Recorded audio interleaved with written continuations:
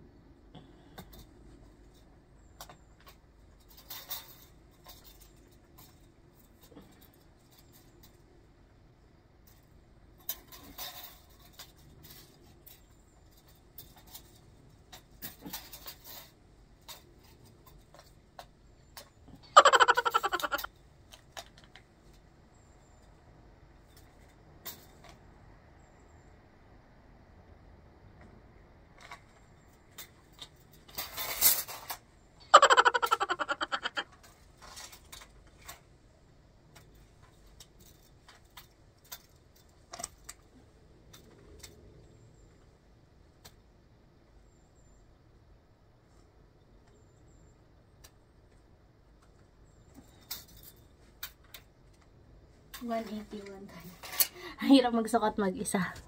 A few moments later. So mga besyo, wala na naman gagawin si Inday. Tambay lang dito sa kusina. Mag-iisip anong ipapakain kayo, paano lulutuin. Tingnan nyo ang aming view sa garden. Oo ha. Kung gusto mo makakita ng iba't ibang ibon, tumambay ka lang dito. Mamaya-maya maraming ibon dyan. Ganda, no? Gusto ko ganito yung kusina ko sa probinsya. Makikita mo yung labas. Mga besyo, yung chichirya kong binili kahapon para sa akin. Aguin nilantakan ng opa kagabi. At ito lang natira sa akin. Kinuha yung isang balot. Bili na lang daw ulit ako sa sunod. Dahil ko po may alagang bata. Kaloka, pero at least ayos lang dahil kumakain siya. Kasi pag kumakain siya, lalo siyang sumisiglay. Bihira na nga gumamit ng tungkod. Kasi dati, ngayon, mabilis na siya maglakad mga besh. So, ayun. Katatapos lang namin yan. Maghuhugas na ako. The next day. Hello ho mga beshops at kabayan. So, paluwas na naman ng City si Inday. Friday pa lang ngayon ng alas 3. So, makakarating ako sa city ng 5 o'clock. And then hanggang Sunday na naman ako doon. Sunday na mga 12, paalis na ako doon. Kasi kukuhain yung mga gamit ko at saka yung box para ipadala sa Pilipinas. So, ito ang aming train station dito. 30 minutes away from sa bahay pag ikaw ay maglalakad. Pero pag nakasasakyan, 10 minutes lang. So, ayun. Sobrang small community lang to mga beshops. Later. Ito na ako sa isang sasakyan ko. Papunta ng Den Haag Central. Like, 10 minutes pa. 28 18 pa lang. Pagod. Tumakbo pa ako. Okay, ganyan makikita ako. Good morning. Ay, ba't wala? Ayun, nakasakay na nga po ako ng train. So, mga 1 hour na lang mahigit ang aking babiyahihin para makarating dun sa aking city na tinitirhan dati. At maayos na lahat ang aking mga pang-box at mapadala sa Pilipinas. So, ayun ho mga besh. 1 hour later. So, nandito na po ako sa city mga beshiwaps. After 2.5 hours. Punta tayo dyan kasi may bibiling ako para kay Opa. Dahil binigyan niya na naman ako ng extra pera. Apakabait ng aking alaga. Lamig naman dito ang hangin. Nakakamiss ang city. Mga besh, maraming tao. Ito tayo dito. Yan, maghanap tayo ng sale. Para sa King's Day. Ito tayo sa taas. At pumunta po ako sa men's section which is sa 3rd floor yon. Doon maraming pang lalaki. Kaya nga men's section, mga beshop eh. Ano ba? So, binili ko si Opa ng polo na pang summer kasi wala siya nito. Pa-birthday ko sa kanya. Tapos yung perang pinambili ko, galing din sa kanya. So, nakatapos na akong bumili para kay Opa. Punta tayo dun sa may gusto kong kainin. Punta tayo dun, bibili tayo mga beshops. Nakakamiss yung city kung saan ako lagi dati. Saan ako nakatira. Bili tayo ng shrimp. Miss ko lang yun. Habang inaantay ko si Tita Cora. Magkikita sa kami ni Tita Cora dito. Bili tayong merienda.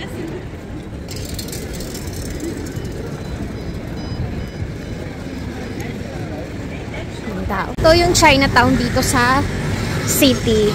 Maraming mga Chinese restaurant dito, tapos mura lang, or Asian food. Pero ito, gusto kong bumili ng garnalen or shrimp. Pritong shrimp. Tingnan natin kung mayroon pa. Sad naman, wala na. So, KFC na ako. Antayin ko sila, Tita Cora. O kaya, libot-libot ako dito sa mga shops. Gusto na yung gusto kong pagkain, kaya magki-KFC na lang ako habang inaantay sila, Tita Cora. Ayan lang yung KFC, oh. Oh, diba? Dati ang bahay ko dito sa city, 9 minutes lang going to Centrum, mga besh. Napakalapit ko. Pwede ko ang lakarin ni like 10 minutes or 15 minutes lang going here. The next day. So hello mga beshwaps at kabayan. Ito ay nung Sabado. Friday ng gabi ay lumuwas na ako sa city, which doon ako natulog sa bahay nila Tita Cora. At pag gising ko ay pumunta na ako dito sa Asian store, Filipino store, para bumili ng mga pinapabili ni Opa katulad ng shrimp at saka yung pansit canton na favorite niya. Bumili din pala ako nung anghang na sausawan kasi gusto niya yun eh. Gustong-gusto niya yung Indonesian na sambal. Sambal kung tawagin, which is chili oil yun mga bashawap. And gustong-gusto din niya yung niluto ko nung birthday ko na tiger prawn o yung malalaking hipon na sweet and spicy. So, dito ko bumibili kasi at least medyo mura-mura tapos frozen. Kasi pag sa palengke pa ako, tapos ganito yung panahon, tapos marami pa akong gagawin, it would take time para makabili and makapili. So, ito na yung pinili ko mga beshwap. Good for 2 weeks na ito sa amin ni Opa kasi every 2 weeks naman nagde-day off ako at pumupunta ako ng city. Ayun, minsan 3 days, minsan 2 days, depende. Kailangan lang magpaalam ka ng ahead of time. And alam nyo ba, pag nasa city kayo, napakabilis ng oras, hindi mo namamalayan ng oras na kailangan mo na palang umuwi sa probinsya. Pag nandito naman sa probinsya, napakabagal ng oras. And shoutout nga po pala dun sa mga taga Norway na nagpa-picture sa akin sa KFC habang inaantay si Tita Cora. Pasensya kung hindi ko na matandaan yung mga names ninyo, pero it was nice meeting you po, and just in case you need any help, pag pumunta kayo ulit dito sa Netherlands at nandito pa ako, you can just message me. Salamat po at God bless. Ayun, so Later. ayun, pagka-uwi ko ng bahay, nagpahinga lang ako, kumain lang ako ng lunch, tapos lumabas na ulit kami kasama ko sa bahay, tinulungan ko siya bumili ng mga pang-box niya, and nag-shopping na naman ako ng kaunti para sa aking sarili. Ang sarap pala sa pakiramdam, no, yung pagbibili ka para sa sarili mo at hindi mo tinitipid. Tapos ito nakakatawa kasi may bunny. Alam niyo yung pag Easter Sunday, maghahanap kayo ng itlog. So, ayan, merong bunny dito, gala-gala, namimigay ng egg chocolate sa mga bata at sa mga isip bata. Tuwang-tuwa ako mga bashop kasi first time ko makakita ng ganun. Alam ko yung naghahanap ng itlog, pero yung bunny for Easter, wala. Kailangan ko i-voice over kasi ang daming music, ayoko ma-CPR. Tapos, eto, pagkatapos namin doon sa grocery, pumunta naman kami dito sa Action or bilihan ng kung ano-ano. At nakabili ako ng pang-garden dito mga besh. Kasi yun nga, bala ko pag uwi sa probinsya, mag-garden na lang kami ni tatay. Alam niyo yung sustainable living. Ay, char. May gano'n. So, marami kang mabibili dito mga besh. 2,000 years later. Sarap! May tuyo, may isda at talong. Kain po kita. The next day. Good morning everyone and happy Easter Sunday. So, ito na yung last day ko dito sa city. It's a very stressful morning kasi pupunta ako doon sa bahay ng amo ko para pick upin na yung box. Pero wala akong mabook na Uber or Bolt. Yun yung mga taxi dito.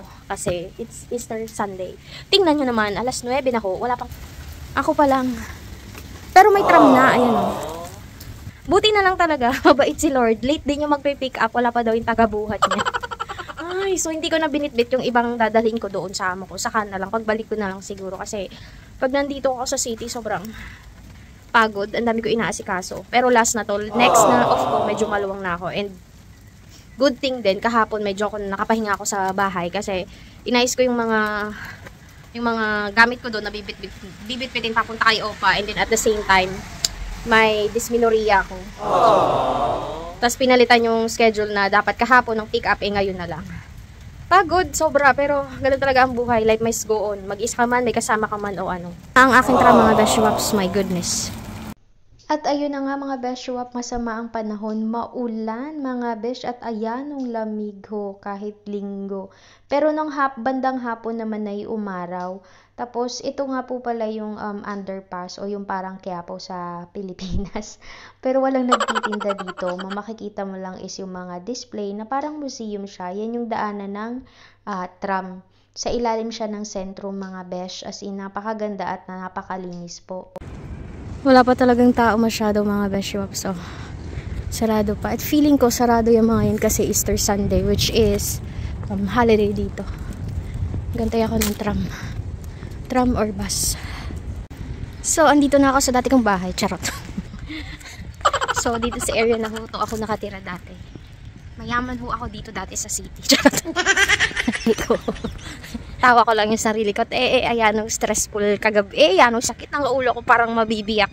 Tapos pagising ngayong umaga. Tapos tumawag yung pick up, 10:45 na daw. Ayan, ka mamadali ko. Ay, ano na. Dapat ay 10 AM. So, dapat mga 9 o'clock nandito na ako or 9:30. Ay, hindi ako makabook ng Uber nga niya. Or ng Bolt. Kakayamot, madaling-madali. Hindi ko na, instead na dapat ay dinala ko yung isang bag, ay, hindi ko na naisip. Binitbit ko, binali ko sa taas, sa bahay. Ay, di ngayon. Wala akong bitbit. Aayusin ko pa ibang gamit ko dyan. Kaya ho kayo pag tumira sa abroad ay huwag mabili ng masyadong maraming gamit nang walang inapadala. Sus, may iyong mariman. Ang linis ng kalsada, walang tao. Hindi uso ang tambay din eh. Ay, subukan ko mambay ng ganiri kalamig. Ewan ko lang, hindi manigas ang dapat manigas. Life. Buhay nga naman, oo. Tapos pagtapos ko din, balik sa bahay, ayos ulit. Tapos balik na ako kay Opa sa malayong lugar. 2 hours later. Hoy mga besh, hindi maubos-ubos ang kwentuhan namin ng mag-asawang amo kong matanda. Ngayon, pabalik na ako dun sa bahay. Guys naman doon at pabalik na ako kay Opa. Marami-rami ng tao kasi tanghali na. Tingnan nyo, uy, sayang ang bus. Sayang ang bus. Try kong habulin. Ay, punong-puno. Ayan ang Peace Palace. Dami ng turista, mga tao. Yeah. Later. At ayun ho, pabiyahe na ako papunta kay Opa at maraming salamat. Shoutout sa aking napakabait na kaibigan at ako ay hinatid. So yun lang ho at maraming salamat mga Beshiwaps.